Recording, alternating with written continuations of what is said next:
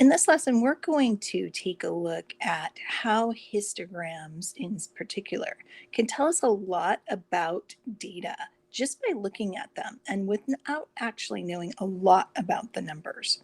So we're going to look at some different shapes to help us describe data.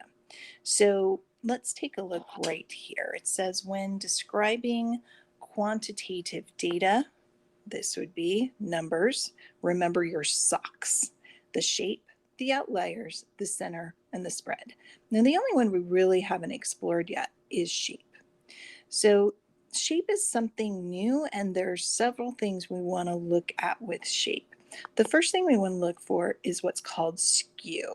It's the direction of its tail. So if you kind of think, there's a couple graphs up here, like this one, like example B, you can see that it's falling off. So this side would be considered the tail. The tail, the smaller end, points to the right. So start at the top, it falls to the right. We would say this one, this graph here is skewed right. This one here, example BE, this one falls from top to bottom. It's going towards the left. So that's one thing that we want to look for. Another one is symmetric. So symmetric means it is basically the same on the right side and the left side. So kind of mirror images. They don't have to be exactly the same, but they should be closely the same. So let's go ahead and fill in what I was talking about. So from what I was saying, that the symmetric graphs, the ones that look pretty much the same on the left side and right side, one would be definitely graph A right here. You can see if we split it down the middle, this side looks very similar to that side. That's symmetrical.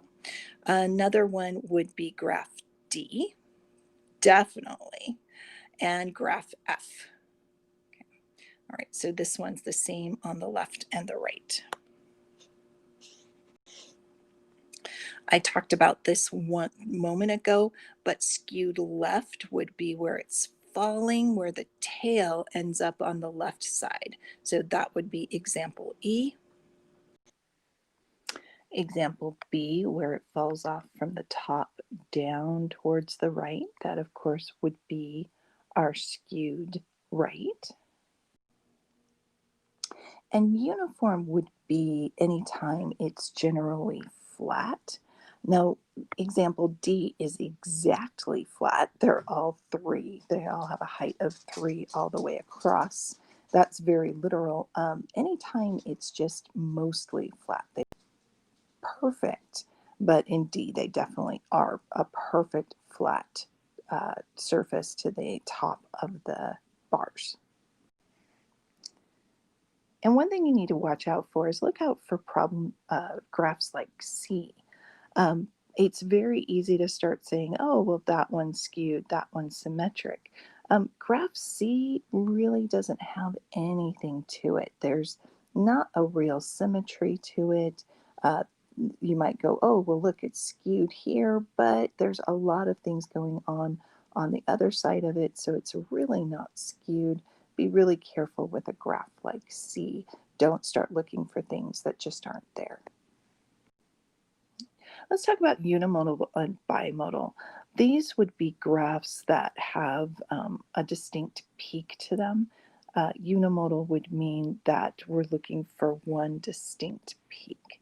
So for example, on example A, if I go up and down, you can see that that creates a hill to it. Example B, from left to right, it kind of creates one hill. So we're just kind of looking for a general direction. Even example C, that's creating one hill. Once again, with example C, don't go looking for things that aren't there. So somebody might go, oh, well, look, I can do one of these. It's more of a soft curve, unless it's really a distinct up and down. That's not really there. It's just more of a, okay, the general shape. There's kind of one, upwards and then downwards. D definitely is not one that's just straight all the way across. E, once again, has one distinct. Okay, F has definitely two. F would be what we call bimodal. So A, B, C, and E are unimodal, uni meaning one, and then bimodal would be graph F. And then the last thing we're going to look at is how shape affects center. So let me just zoom out a little bit there. Just remember this saying, it's really mean to pull on the tail. The mean is affected by any skewed data. So it's really important to look at your skewed graphs. They're going to be pulled to the direction of the skew, to the direction it's falling off. Um, so the skewed data, it really can be affected as far as the mean is concerned. Now, what we like to say is that the median is resistant to skew. The median's not going to move towards the tail. So let's look at the three rules here. Symmetric graphs have means and medians that are almost equal. Even graphs that really don't have a shape, usually the mean and the median should be fairly equal. But if a histogram is skewed left, for example E, then what's happening here is that the mean is getting pulled away. So let's take a look at example E. So maybe our median might be right about here. And I'm not exactly sure. I haven't done the math on this, but let's say the median's right about that there. That means that the mean is going to get pulled towards the tail. So the mean in a skewed left graph will always be less than the median. And just as a byproduct, the median, you can even see in this graph, is less than the mode. The mode is definitely 6. The median looks like it's less than the mode there. It's another way to kind of check for skewness. The next graph, graph B, the median might be right about here. Okay, I'm not really sure exactly where it is. And then the mean would get pulled towards the tail. So get pulled towards those larger values in this right skewed graph. So what that means is that the mean is greater than the median, and the median would be greater than the mode in this case.